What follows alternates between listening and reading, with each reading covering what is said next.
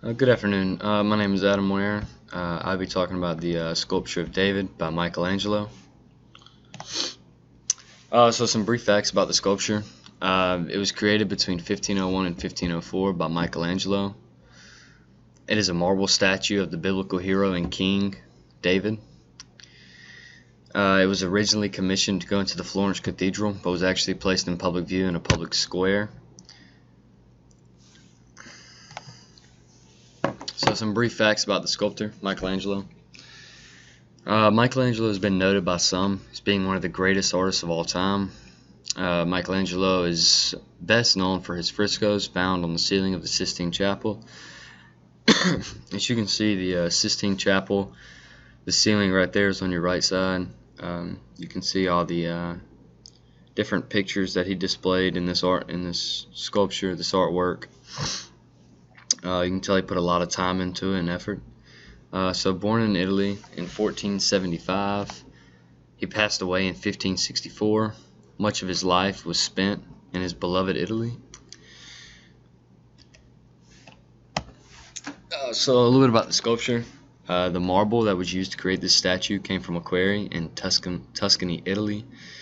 The dimensions of the sculpture are 17 feet by 6.5 feet. As you can imagine, that is a very tall sculpture, very wide as well. The sculpture actually weighs more than 6 tons, which is over 12,000 pounds. The commissioning of the sculpture. So originally commissioned by Art della Lana, a cloth guild.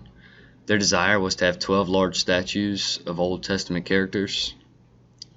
So Michelangelo was not the first sculptor to actually work on this. Before Michelangelo, there was 2 other sculptors that worked on this sculpture. Both of them actually quit, and then Michelangelo came on and finished it as the 3rd sculptor to finish this piece. The first 2 quit on the piece for various reasons. From start to finish, the statue actually took 40 years to complete. As we said, it stood 17.5 feet tall and 6.5 feet wide, weighing over 12,000 pounds. You could imagine it probably did take a while to complete. So analysis of the finished sculpture. As you look at the finished statue, you will observe several techniques by the sculptor that makes this statue so iconic. So 4 different techniques that I listed here are detail, harmony, balance, and the form of the sculpture. I'll talk about each one of those later in the slides. So the detail. So right here you see I have listed 4 pictures just of his front side of the sculpture. So David's very precisely detailed, as we can see in the pictures. These details help make the sculpture look more lifelike and more effective as a sculpture. It was the goal of Michelangelo to make this sculpture as anatomically correct as possible. I think, and so does many others think, he excelled at reaching this goal. As you can see on the left side, you see the picture close-up of his hand. As you can see, the bones outlined in his skin and the veins coming through his hand. I think that shows you how physically strong he was. So does these other pictures as well. Just as this second one, you can see that Michelangelo did a great job at carving out the muscles in his abdominals and the rib cage and so on. Third picture of his feet.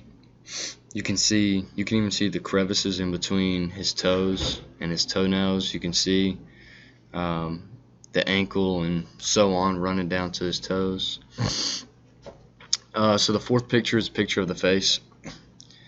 As you can tell, his facial emotion, you can just tell that he's very serious and looks pretty intimidating, I would say. So notice the details in various parts of David's body. As we went over those 4, I think it shows how long Michelangelo spent on this sculpture. So the harmony of this piece. I have a picture of the piece right here in the right hand corner.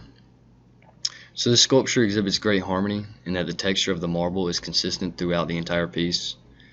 The smooth form of the body makes for a very harmonizing sculpture, as well as the base of the statue also adds harmony as well. Each of these add greatly to the overall harmony of the entire sculpture. So the balance, anatomically correctness of the sculpture, as well as the proportionality of the sculpture, led to a very balanced piece. In other words, one part of his body is not overly detailed or larger than any other part. If so, this would strongly interfere with the overall effectiveness of this piece, and I think it would throw it off and obviously wouldn't make it as great as it is. As you can tell, his arms are proportional to his body, and his legs aren't overly skinny or overly massive. It fits perfectly to his body, and I think it looks great. So the form is very evident in the statue of David. This statue is considered to be a sculpture in the round. This means that it can be viewed all around, from the sides, the front, and the back as well.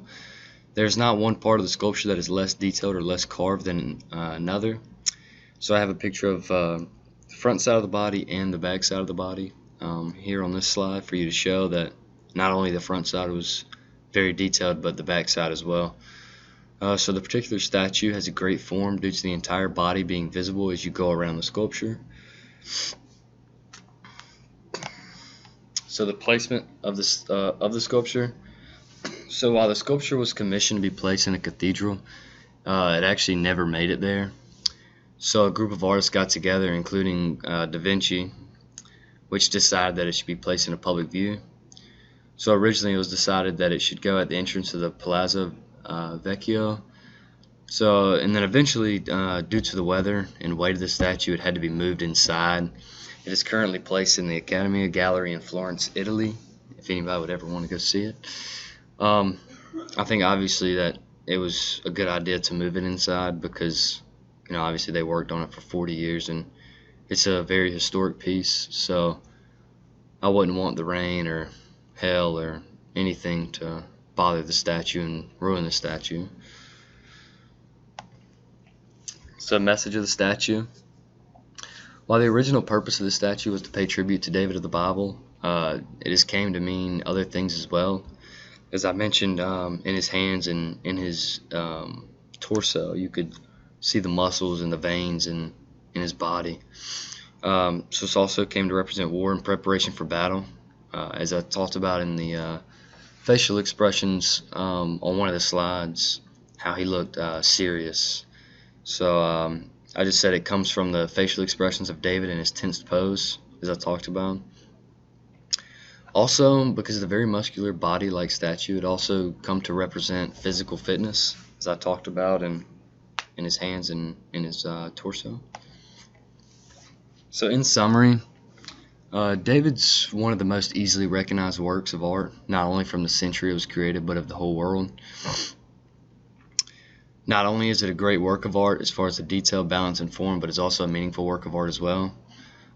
Meaningful just as showing of someone in the Bible, one of Jesus' disciples, just showing his physical toughness and other things as well. So there's no doubt as to the effectiveness of this piece of work and should always be remembered as a masterpiece of art.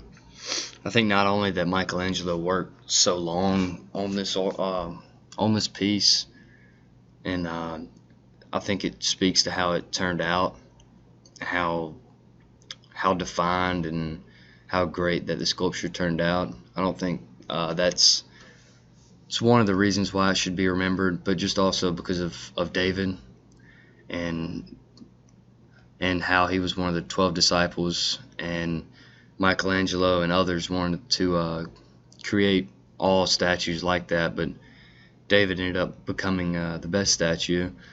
And obviously I think we all agree on that, just from how it came out, and the front looks just as good as the back side of the statue, and it can be viewed from all different areas.